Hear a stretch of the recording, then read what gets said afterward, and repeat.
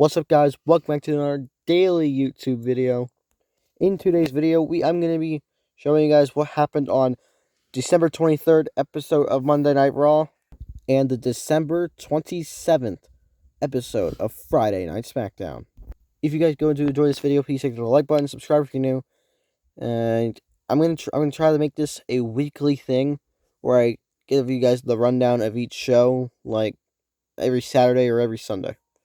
So starting off here with Monday Night Raw. First up, we open the show with Drew McIntyre and Sami Zayn cut a promo. Sami Zayn basically saying that his issues with Drew McIntyre is far from over. Drew McIntyre saying that he's going to destroy every single member of the OG bloodline until there is none left standing. So, yeah. Yeah, and then that turns into an all-out brawl, and we had the return of main event Jey Uso. Jey Uso coming back. Jey Uso coming back to help out his honorary Uso member, Sami Zayn. And yeah, I swear, it's getting to the point where I think this bloodline storyline is never going to end at this point. But, yeah, moving on. Next up, we had the, is it the starting round for the Women's Intercontinental Championship tournament? It was Io Sky, Alba Fire, and Natalya. Because last week on Monday Night Raw, Pure Fusion Collective took out Kairi Sane. Kairi Sane couldn't compete in this match, so Io Sky took her place, and Io Sky actually came up winning this match, advancing in the tournament, and I think it's going to end up being Io Sky and Dakota Kai in the finals. That's what I think is going to happen, but it was a really good match. Wasn't the best, but the women always perform really, really good matches. Moving on, we had a match between Akira Tozawa and Chad Gable, and as you guys know, if anybody thought that Akira Tozawa was going to win that, you're absolutely out of your mind. But Chad Gable defeated Akira Tozawa, and then Otis got involved, took out Chad Gable, and scared off the rest of American Made. So, yeah, crazy. Moving on, Damian Priest defeated Dirty Dominic Mysterio by disqualification. And then the Judgment Day started beating down Damian Priest. And then out came the newly crowned World Tag Team Champions, the War Raiders, to help Damian Priest. And, yeah. Next up, Seth freaking Rollins cut a really interesting promo. Seth Rollins pretty much just saying that he's gonna defeat CM Punk. He's gonna kick CM Punk out of that house that he built for over a decade. And yeah, saying he's gonna defeat the cancer that he calls CM Punk. Moving on, Dexter Lumis defeated The Miz by DQ. Final Testament came out, started beating down Dexter Lumis, and then out came the Wyatt Six, and yeah. And this whole storyline is just getting out of control. I really am not enjoying the storyline one bit. So, next up, Kofi Kingston and Xavier Woods came out, tried to talk. Well, I was gonna say started talking, but tried talking to the crowd. As usual, they got booed out of the building, and Kofi tried giving his mom a hug, and his mom walked out on Kofi. And, yeah. Moving on. It was the main event, Drew McIntyre. In the main event, Drew McIntyre versus Sami Zayn. Drew McIntyre ended up winning, setting out Sami Zayn 0 is not a number. 0-10 against Drew McIntyre. Absolute crazy. And right after the match, the new bloodline came out, started beating down Sami Zayn and Jey Uso. Jey ended up coming out helping Sami, and then he got destroyed. Sami got destroyed. New bloodline stand tall.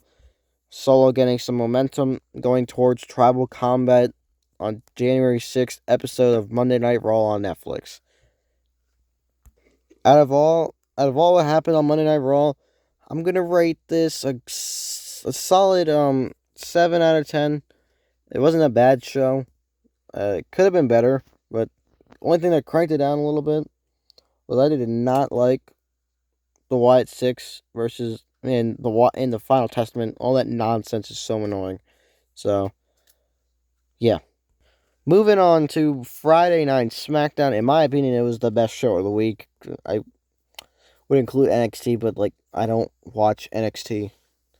So kicking off the show, we kick up the show of SmackDown with Bianca Belair, Naomi, and Bayley defeating WWE Women's Champion Nia Jax, Miss Money in the Bank Tiffany Stratton, and Candice LeRae. And as you guys won't believe this, ready? Tiffany Stratton got another failed cash in. How many times is she gonna have a false cash in before she actually wins that title? It's to the point where this is really annoying.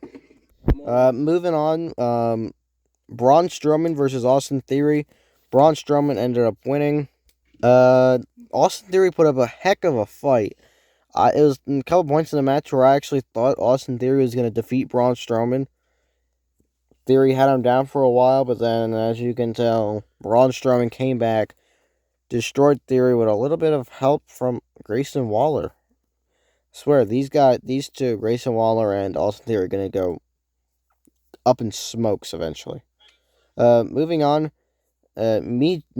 Chelsea Green was having her Women's United States Championship celebration with Piper Niven, and then out came Michin to ruin the party. Honestly, I really think it wasn't much of a party. But moving on. Next up, back in the locker room area, the Street Profits were talking to Nick Aldis to figure out who attacked him. Up came DIY. DIY was about to get busted. Just about to get busted. And here comes Pretty Deadly out of nowhere and says it was Los Garza that attacked him. Then set up a match between the Street Profits and Los Garza, and yep, the Street Profits won that. A little bit after the commercial break and all the backstage nonsense, Apollo Crews approached the Street Profits and said it was DIY that attacked the Street Profits. So yeah, out of all this, everybody knows DIY attacked the Street Profits. We all know this. Actually getting confused. Are we gonna have a fatal 4-way or possibly fatal 5-way for the tag team titles at the Royal Rumble? Because that could be the way they're going. Adding all 5 of the teams involved in this nonsense. Yeah, that would be a fun match. Moving on, it was our main event: Sami Zayn versus Carmelo Hayes. A heck of a match. One of my favorite matches of the year. Not the best match of the year. One of my favorite matches of the year. It ended in no contest because of the new bloodline. They attack Sami Zayn once again. I don't know how many times Solo's going to try to take out the OG bloodline to make himself look strong. It's to the point where if The Rock does not show up at Raw Netflix, Solo Sikoa will no longer be the tribal chief. Or they could do the way of, for Solo to lose, they could just, have that Jacob Fatu heel turn, even though he's already a heel. But, yeah. After the match, out came Kevin Owens to lay down the challenge. Kevin Owens came out, refused to give Nick Aldis the Windy Eagle Championship. And then out came Cody, demanding for Kevin Owens demanding Nick Aldis to get a match set for the Royal Rumble where Cody Rhodes can finally knock some sense into Kevin Owens. And not the way that he wanted. Kevin Owens said he wanted a match where the referee doesn't screw him, referee doesn't get in his way of becoming the Undisputed Champion. And so Cody came up with the idea where there's no referee at all. And then Nick Aldis makes it official for the Royal Rumble. It will be Kevin Owens versus Cody Rhodes in a ladder match for both world titles, the Wind Eagle title and the Undisputed title. And then right after he announced that, Kevin Owens would attack the injured neck of Cody Rhodes. And this man, Kevin Owens, this delusional maniac, tried shaking Cody Rhodes' hand. Like, you really thought that was going to work? Nah, man. But out of this whole show, SmackDown, I'm going to give it a 9 out of 10. One of my favorite SmackDowns of the year. Really, really fun. Yeah. If you guys enjoyed this video, hit the like button, subscribe if you're new. Comment down below, should I do this every week? And I'll see you guys next time.